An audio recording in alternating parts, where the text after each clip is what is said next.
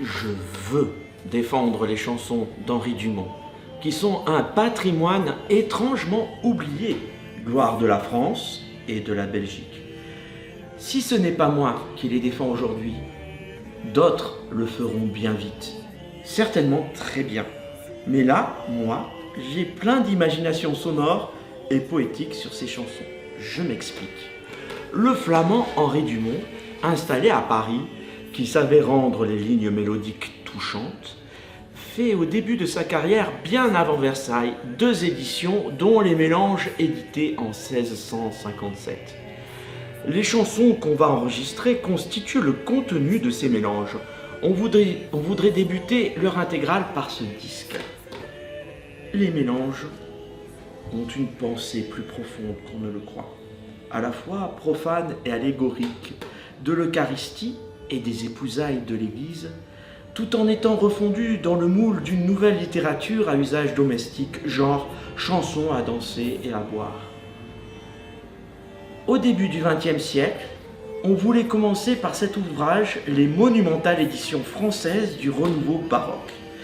Cela a inspiré Gabriel Fauré pour sa pavane avec les bergères, les bergers, les petits moutons, naïvement élégiaques. Mais tous ces musicologues se dispersent vers d'autres projets et tout le monde, dont le célèbre Lionel de la Laurencie, meurt à la guerre de 14-18 ou de la grippe.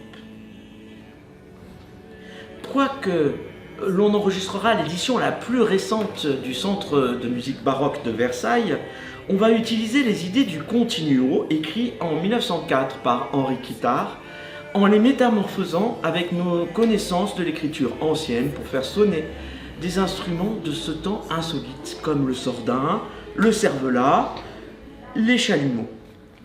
Les couleurs particulières, c'est le choix de notre ensemble, la Capella Leonis. Le choix d'avoir une codirection avec un premier dessus de viol, Philippe Foulon, et un chef, moi, Cédric Costantino, diplômé comme maestro al cembalo, c'est-à-dire à la direction baroque de l'orchestre, à partir du clavecin, et qui jouera ici l'organetto à 2 octaves, la petite octavine ou le cervelas. Le maître Jean-François Dufaux, professeur de sculpture des Beaux-Arts de Paris, disait avec provocation que Malraux avait eu tort de créer le ministère de la Culture, que malgré la bonne intention, à terme, cela étoufferait sous l'administration la créativité jusque-là soutenue socialement par les mécénats privés. Bien sûr, il faut remercier les grandes structures d'État d'aider l'art et de lancer des carrières. Mais de fait, une amie m'a donné récemment le terme « l'art devient de plus en plus pasteurisé ». La société doit aussi soutenir ces artistes. Donc, vous, crowdfunding, avec à partir de 100 francs de participation, un disque en cadeau qui sortira autour du printemps 2023. Et vous êtes là pour des artistes qui ont la tête dans les rêves et pas encore doués en administration comme moi.